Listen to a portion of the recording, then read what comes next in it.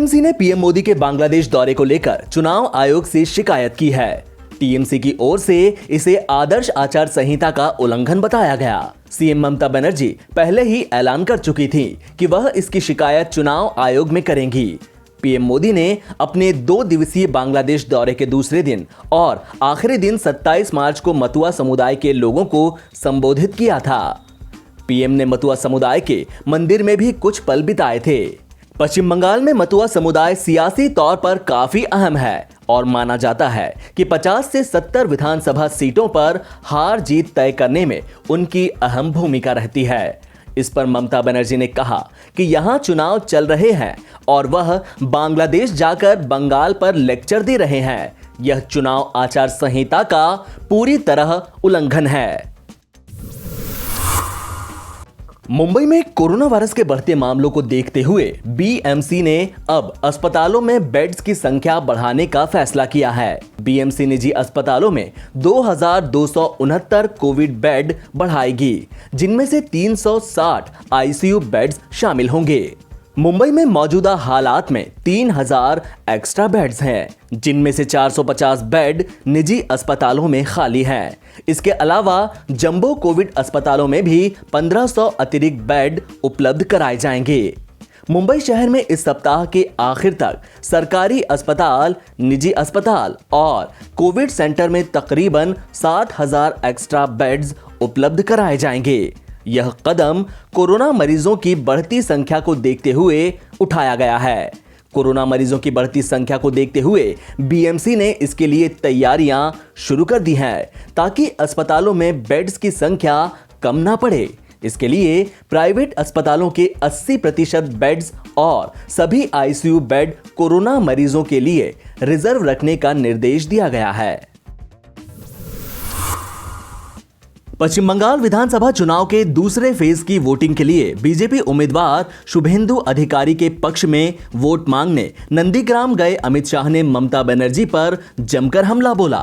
उन्होंने नंदीग्राम में आयोजित रोड शो के बाद प्रेस कॉन्फ्रेंस में ममता पर निशाना साधते हुए कहा कि जहां दीदी रहती हैं, उनके घर से 5 किलोमीटर के दायरे के अंदर ही एक रेप की घटना हुई है। ऐसे में बंगाल की सुरक्षा का क्या होगा? पूरे बंगाल में परिवर्तन करने का एक सरल रास्ता है, नंदीग्राम में ममता दीदी को हरा दो। नंदीग्राम में ममता दीदी को हराने से पूरे बंगाल में परिवर्तन अपने आप हो जाएगा। और ये जो माहौल है पूरे बंगाल का, नंदीग्राम जी उससे अछूता नहीं है। और आज मैं जब यहां आया तब एक दुखद समाचार भी मिला, जहां ममता दीदी रात को निवास करती है, उसे 1 किलोमीटर के दायरे के 5 किलोमीटर के दायरे के अंदर ही एक महिला पर बलात्कार हुआ। अब महिला सुरक्षा की बात करने वाली ममता दीदी को मैं सिर्फ इतना पूछना चाहता हूं कि बलात्कार करने वाले आपके निवास से 5 किलोमीटर दूर आपकी उपस्थिति में, जब आप नंदीग्राम में हो तब बलात्कार करते हैं, तो बंगाल में महिलाओं की सुरक्षा का क्या हो? कुछ दिन पहले भारतीय जनता पार्टी के कार्यकर्ता की एक वृद्ध मां को पीट कर मारा जाता है। कल उनकी भी मदमुदार माई की कल मृत्यु हो गई और ममता दीदी स्वयं महिला सुरक्षा की बात करती। एक कॉन्ट्राडिक्शन को बंगाल की जनता भली भांति जानती है। पूरा बंगाल घुसपैठ नहीं चाहता है, पूरा बंगाल चाहता है कि सीएए के माध्यम से शरणार्थियों को नागरिकता मिले। केंद्रीय स्वास्थ्य मंत्री डॉक्टर हर्षवर्धन ने मंगलवार को पत्नी के साथ कोरोना वैक्सीन की दूसरी डोज ली। इस दौरान उन्होंने वैक्सीन को लेकर फैलाई जा रही तमाम अफवाहों को लेकर लोगों से सावधान रहने की अपील भी की। डॉक्टर हर्षवर्धन ने कहा कि कोरोना वैक्सीन की पहली डोज लेने के बाद किसी को भी साइड इफेक्ट्स नहीं महसूस हुए। आज पूरे 28 दिन के बाद दूसरी डोज ली है।